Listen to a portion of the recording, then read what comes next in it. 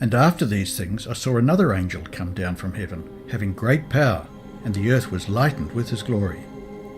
This verse tells that a message is preached to the world from God's faithful people that lights up the earth. And he cried mightily with a strong voice, saying, Babylon the Great is fallen, and is become the habitation of devils, and the hold of every foul spirit, and a cage of every unclean and hateful bird. Verse 2 conveys that Babylon, which is primarily the papacy, but also the apostate Sunday-keeping churches of America and those in foreign lands who keep the Babylonian Sunday as a day of worship.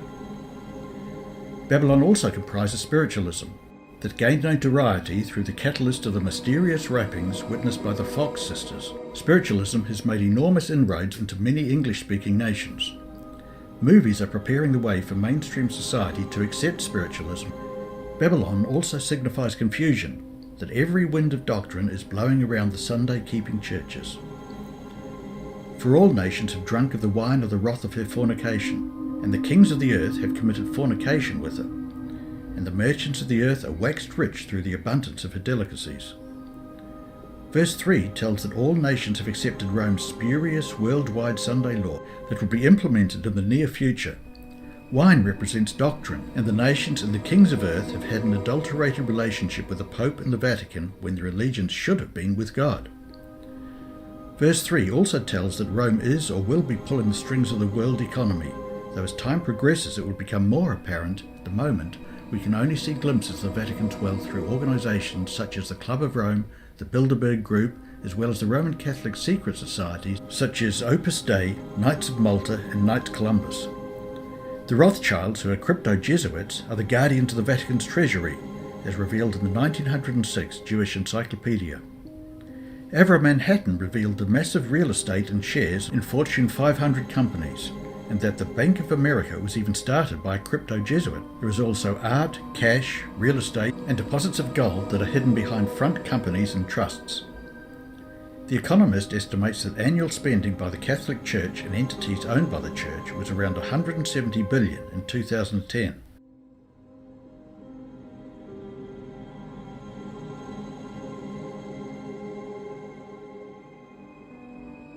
Verse 4 reads, I heard another voice from heaven, saying, Come out of her, my people, that ye be not partakers of her sins, and that ye receive not of her plagues. This states that God has people in the Roman Catholic Church and other apostate Protestant churches serving God to the best of their knowledge, but who have been deceived by a massive system of Babylonian deception. For her sins have reached unto heaven, and God hath remembered her iniquities. Reward her even as she rewarded you, and double unto her double according to her works, and the cup which she hath filled to her double. In verses 5 and 6, the hierarchy of the papacy is punished by God for the persecution of the faithful commandment keepers who kept the biblical Sabbath, Saturday, both in the Dark Ages and will in the near future when the Sunday law is implemented. And the plagues will affect the leaders twice as much as the other wicked citizens of the earth. How much she hath glorified herself and lived deliciously, so much torment and sorrow give her. For she saith in her heart, I sit a queen, and am no widow, and shall see no sorrow. Pope Francis, the cardinals and the Vatican have lived a privileged life surrounded by beauty. The Pope, though appearing humble, has promoted himself by public relations stunts and fair speeches while deceiving the people. Therefore shall her plagues come in one day, death and mourning and famine. And she shall be utterly burned with fire, for strong is the Lord God who judgeth her. And the kings of the earth, who have committed fornication and lived deliciously with her, shall bewail her, and lament for her, when they shall see the smoke of her burning. Standing afar off for the fear of her torment, saying, Alas, alas, that great city Babylon, that mighty city, for in 1 hour is thy judgment come. Verses 11 to 19 symbolize economic collapse as the world plunges into chaos. And the merchants of the earth shall weep and mourn over her, for no man buyeth their merchandise any more. The merchandise of gold and silver and precious stones, and of pearls and fine linen, and purple and silk and scarlet, and all thine wood, and all manner vessels of ivory, and all manner vessels of most precious wood, and of brass, and iron, and marble. Verse 12 simply means mining, manufacturing, and retail, and no more.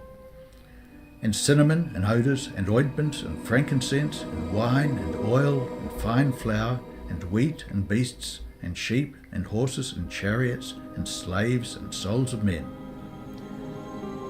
Verse 13, like verse 12, describes merchandise as no longer available for trading, but verse 12 gives an extra dimension. Naturally, in the time of John, the Revelator, modern means of transportation did not exist, so horses and chariots symbolize automobiles, trucks, and planes.